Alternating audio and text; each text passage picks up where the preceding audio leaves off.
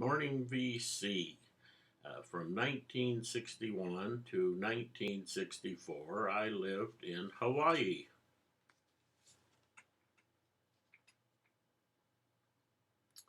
And I bought this record. Frankie Carl, his piano and orchestra. Honky Tonk, Hawaiian. I love the cover. Got a beautiful old upright piano. Honky Tonk means several. Honolulu Honky Tonk's the name of the album. Honky tonk has several different meanings, but in the 1950s, kind of a style of ragtime that was called honky tonk was popular. Often they used doctored pianos. They wanted to have kind of a rinky tink sound, and in the 50s, I heard that and I liked it, but of course later on I heard the real thing, and then you don't care for the rinky tink anymore. But on this record, it works great. This is first press mono 1962. I bought this when I was in Hawaii years ago. I got rid of most of my vinyl. Well, I like this record so much. This is one of the ones I didn't get rid of. Still in outstanding condition. It doesn't say living stereo anywhere, but this is a living stereo. The sound on this is outstanding. It's good as any of the living stereo records, so I think a lot of stuff they were recording them all the same way, whether they put that living stereo label on them or not. It has really good songs, has an orchestra and a chorus behind him. It has some Hawaiian steel guitar, some Hawaiian drumming, has some nice singing and harmonizing and so forth in the background. If you have just even a slight little bit of interest, I think you would enjoy this record. And I enjoy it as a Hawaiian style music, even though it's not quite like the classic Hawaiian style.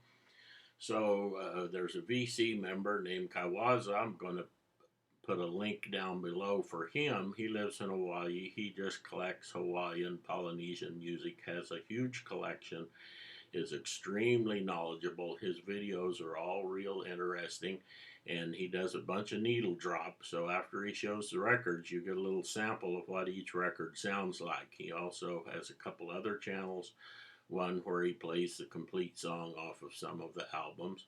And again, if you have just a little interest, it's very interesting, not just the music, but the covers and so forth. So, recommended. So, after watching this, I said, well, I need to get me some more Hawaiian music. So, of course, like always, I go to eBay. Somebody had 9 pretty good looking records for $10, $4 postage, so they're about $1.50 a piece. This was one of them.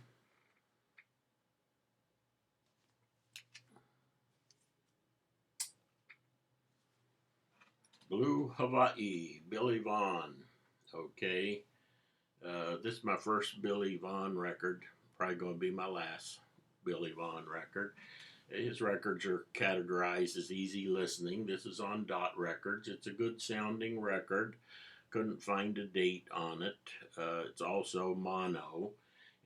But I don't think Billy Vaughn ever visited Hawaii. So if you didn't see Blue Hawaii and then all of these Hawaiian tunes on here, if you just listen to the record, it's not very much flavor of Hawaii or Hawaiian music. There's nothing wrong with it. It's just nice sounding orchestra instrumental playing these songs, but doesn't have anything to do with Hawaii other than the title. The next record in that group of 9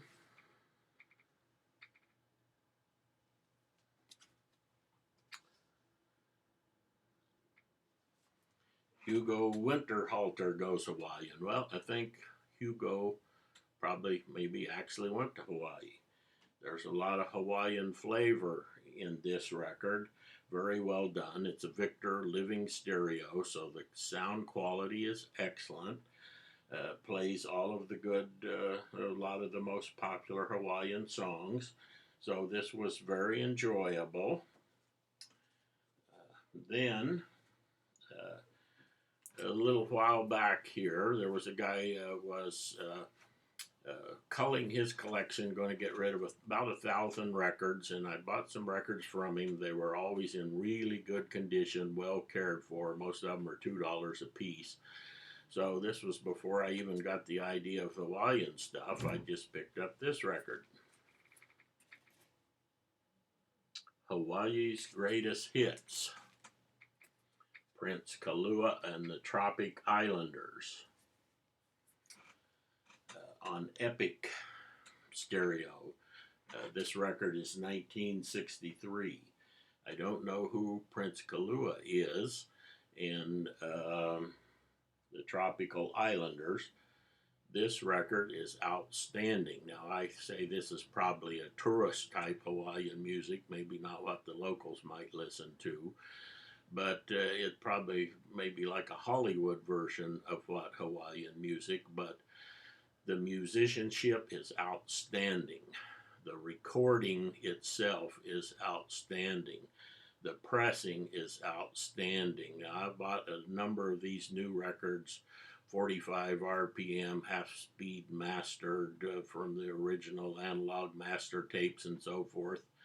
Without doing a comparison, this record might be as good of sounding as any record in my collection. I put this thing on last night. Boom.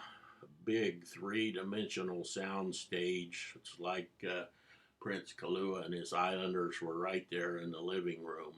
And the arrangements are outstanding.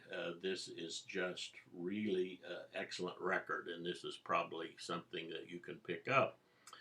Well, some of you are thinking, well, you know, Hawaiian music, dollar bins are full of those. Well, there's probably some in the dollar bins, like maybe the Hugo Winter Halter or the Billy Vaughn, and maybe some of these, but a lot of the really good Hawaiian music has gotten very collectible again. There's a lot of people collecting it, so I start checking out on eBay, and you know, of course, I got 9 records for $10, but the better records, the good records, they're going for money.